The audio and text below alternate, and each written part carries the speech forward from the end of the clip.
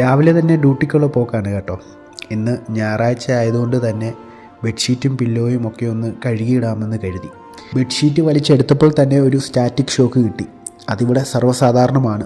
ഇവിടെ ഇപ്പോൾ തണുപ്പ് കൂടുതലായതിനാൽ ഹ്യൂമിഡിറ്റി കുറയുന്നതനുസരിച്ച് ഇത് ഏത് വസ്തുവിൽ തൊടുമ്പോഴും നമുക്ക് ഈ ഒരു സ്റ്റാറ്റിക് ഷോക്ക് കിട്ടാറുണ്ട്.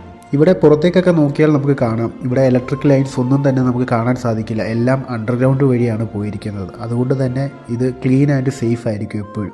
അതൊക്കെ പോട്ടെ, കഴിഞ്ഞ ദിവസം പുറത്ത് പോയപ്പോൾ വാങ്ങിയ എയർ ഫ്രയറാണിത്. നാട്ടിലേക്ക് പോകുമ്പോൾ കൊണ്ടുപോകാൻ വേണ്ടി വാങ്ങിയതാണ്. നമുക്ക് അത്യാവശ്യം നല്ല ലാഭത്തിലാണ് ഇത് കിട്ടിയത്. ഏകദേശം 2000 റുപ്പീസിന് അടുത്തായതേ ഉള്ളൂ.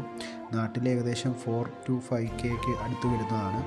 ഇനി ക്യാനിൽ നിന്നും വെള്ളം എടുക്കാനായിട്ട് യൂസ് ചെയ്യുന്നൊരു മെഷീനാണ് കേട്ടോ ഇത്. ഇത് യൂസ് ചെയ്താൽ പമ്പ് ചെയ്ത് നമുക്ക് പെട്ടെന്ന് വെള്ളം അത്യാവശ്യം എടുക്കാൻ സാധിക്കും.